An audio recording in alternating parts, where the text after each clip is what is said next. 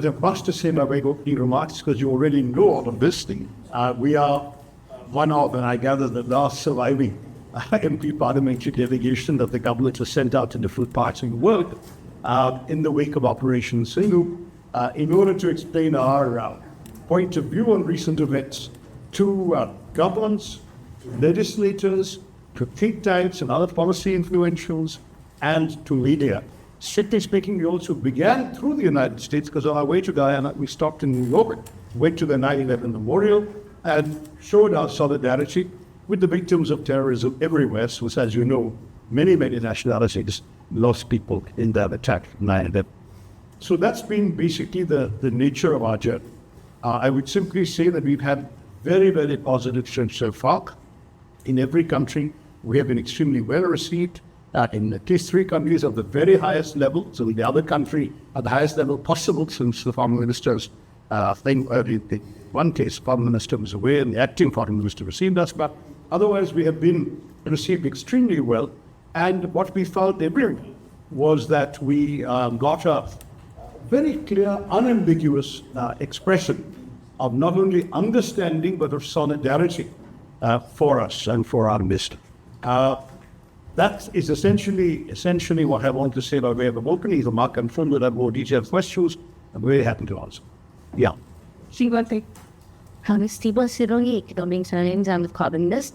I wanted to ask too, what was the response? Like, can you give us a flavor of your meetings on that day? Is it likely that the Senate or the House might actually say something officially? In terms of a resolution or a statement? Well, we didn't request a formal Senate resolution. Our interest was more in talking to those who wanted to talk to us and giving our point of view. But what was interesting was that in all 3 sets of conversations, we got very positive feedback from all the attendees. So we first met with the India caucus representatives, both the co-chairs came, a couple of others came. Then we had a meeting with the House Foreign Affairs Committee representatives, where we had the Foreign Affairs Committee and the chairs of 2 of the key subcommittees, that is the South Asia and the East Asia subcommittees. And then we had a very good session with the Senate Foreign Relations Committee with half a dozen senators. 5 of them are on the Foreign Affairs Committee and 1 from the Intelligence. So across this, we didn't have a single skeptical or negative voice. On the contrary, what we got was very, very positive responses.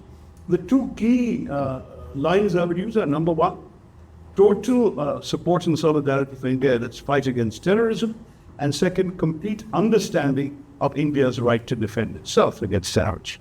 So on both these points, very, very clear, and many of them spoke. I mean, the Senate, of course, it was not possible for media to come into that area, but the 2 House meetings, as the congressman came out, they were happy to give sound bites to waiting media and say this on the record.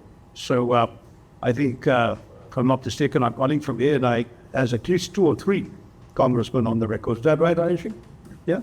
So there's been, and I will say, I'm sure, judging by the tone of what they said, that if the Senate people had media available, they would have said the same thing. They were rushing off to vote in the Senate.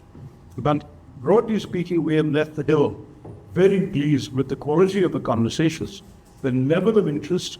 And one thing that is you should know, because it's common not only to the Hill but to all the countries we've been to, is that though everyone knows we're there for a particular mission and they've shown all the empathy possible, at the same time there is tremendous interest in every country and on the Hill in strengthening relations with India across the board.